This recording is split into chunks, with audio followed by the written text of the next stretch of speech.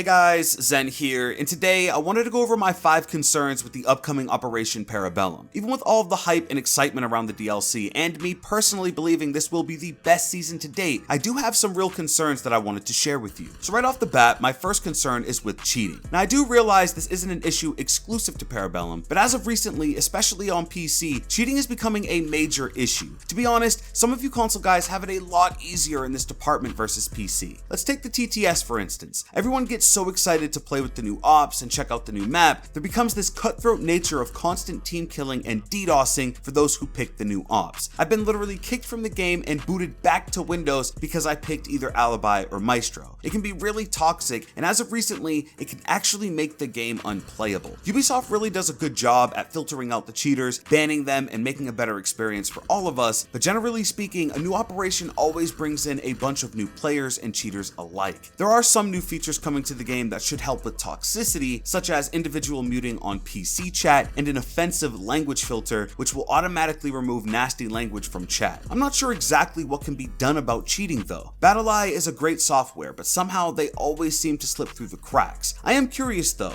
have you ever experienced cheating in Siege, and what do you think can be really done about it? Let me know in a comment below. The next concern is actually Alibi, and it's probably not in the way you're thinking. I think Alibi is a very strong operator, and from what I've played of her, she is a ton of fun, but I fear she's going to be one of those ops whose gadgets gets less and less relevant over time. When the operation first goes live, everyone is going to be brand new to her. People will be seeing her holograms for the first time, and she'll be finding her way into the meta. Once the meta is built though, I don't think her holograms will have much of an impact in the long term. The more and more I play against her on TTS, the less I find myself fooled by her charisma, and I've been hearing this across the internet in general. That doesn't mean her gadget will be useless, but it does worry me how long she'll actually remain powerful in the meta. She'll always be a solid pick based on her 3 speed and decent primary, so I know she'll always be someone who's picked to roam. On the opposite end of the spectrum, the third concern is with Maestro. Maestro is low-key OP, and a lot of it has to do with his evil eye gadget. I see Maestro as the defending Twitch, an operator with a strong intel ability, but serves a dual purpose of taking out enemy gadgets and drones. Being bulletproof and forcing attackers to use explosives on it is a big trade-off for the silence of Twitch's shock drone. His evil eye is a hard counter to many gadgets, can see through smoke, and can actually kill an enemy if they're low on health. Now I'm not saying Maestro is OP by any means, there are many layers to this operator, but I do see him as a must pick next season for a defending team looking to force attackers to work much harder to get on the objective and be there comfortably. My fourth concern is with the new map Villa. Villa actually reminds me a lot of Tower with a more closed off feeling, but my biggest concern with Villa is its maze-like feel and also how large it is. Unlike Tower, there are many places for a defender or an attacker to feel safe. On Tower, you're constantly watching your back, waiting for that next flank, but here,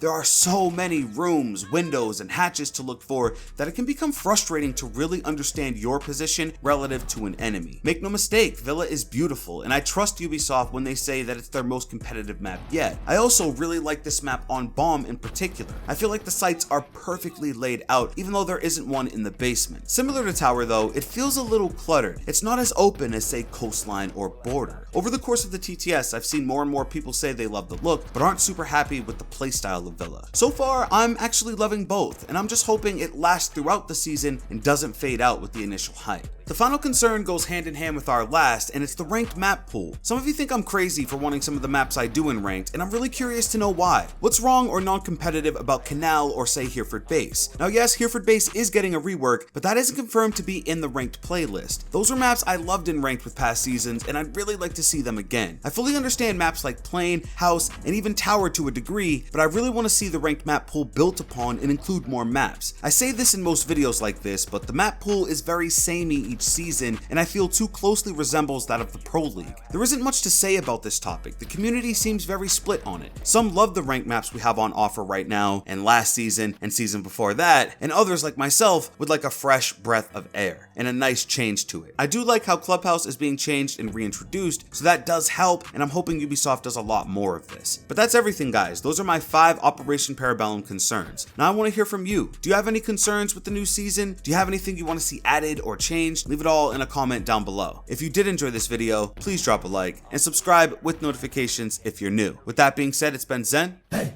I'm out.